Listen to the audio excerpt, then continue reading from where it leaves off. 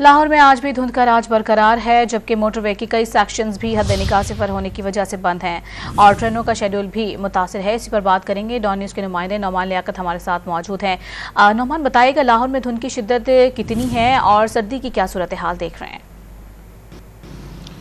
देखें जी, लाहौर शहर में धुंध की शिद्दत इस कदर है कि हद निगाह सिफर हो चुकी है और शहरियों को स्पेशली सुबह सवेरे जो दफातर जाने वाले हैं इनको काफ़ी परेशानी का सामना करना पड़ रहा है, क्योंकि शहर के अंदर आज धुंध ने हर चीज़ को धुंधला कर रख दिया है और लोगों को काफ़ी परेशानी का सामना है।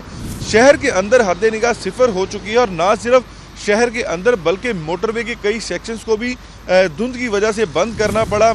इसके अलावा जो ट्रेनों का शेड्यूल है वो भी बुरी तरह से मुतासिर है और लाहौर तक कराची, पिंडी और दीगर शहरों को जाने के लिए जो ट्रेनें हैं वो कई घंटे तखीर का शिकार हैं।